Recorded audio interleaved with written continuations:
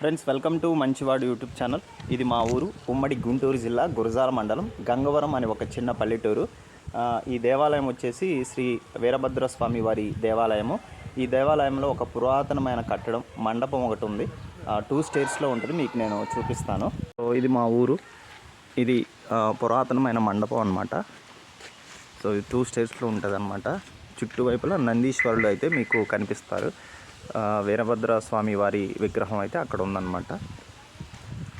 చూడండి, ఇక్కడ శిల్పాలు మీకు కనిపిస్తూ ఉంటాయి. చిన్నతనంలో మాకు తెలియక పైకెక్కి ఆడుకునేవాళ్ళం. ఆ టైంలో పైన విగ్రహాలు అయితే లేవు, కేవలం మండపం మాత్రమే ఉండేదన్నమాట.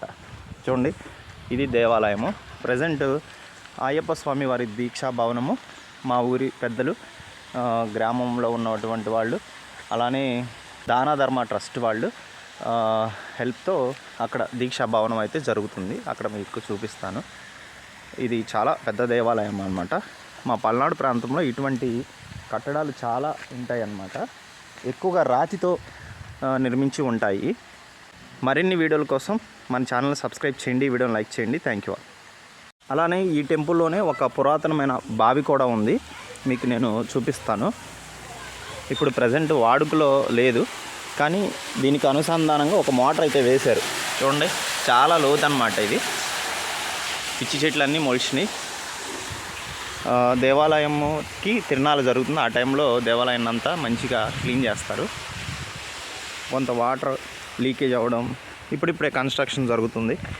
మా ఊరి పెద్దలు, అలానే దాన ధర్మ ట్రస్ట్ వారి హెల్ప్తోనే చాలా దేవాలయం కూడా చాలా మంచిగా కన్స్ట్రక్షన్ జరుగుతుందన్నమాట. ప్రహరీ గోడలు, గేట్లు గతంలో చాలా పాడుబడినట్టు ఉండేదన్నమాట. సో అక్కడ దీక్షా భవనం మీకు కనిపిస్తుంది. సో ఇక్కడ స్కానర్ కూడా ఉంది విరాళాల కోసం. ఇది దీక్షా భవన్. ఇన్ కేస్ మీకు ఆధ్యాత్మికంగా ఈ దీక్షా భవన్, అయ్యప్ప స్వామి వారి దీక్షా భవన్ నిర్మాణం కోసం హెల్ప్ చేయాలి అనుకుంటే ఈ స్కానర్ మీరు ఉపయోగించుకొని మీరు పేమెంట్ చేయొచ్చు. రిసిప్ట్ కూడా ఇస్తారనమాట. సో మీకు నేను చూపిస్తాను దీక్షా భవన్. అట్ ప్రజెంట్ షూస్ వేసుకొని ఉన్నాను, నేను లోపలికైతే వెళ్ళట్లేదు. సో దేవాలయం బయటే ఉన్నాను.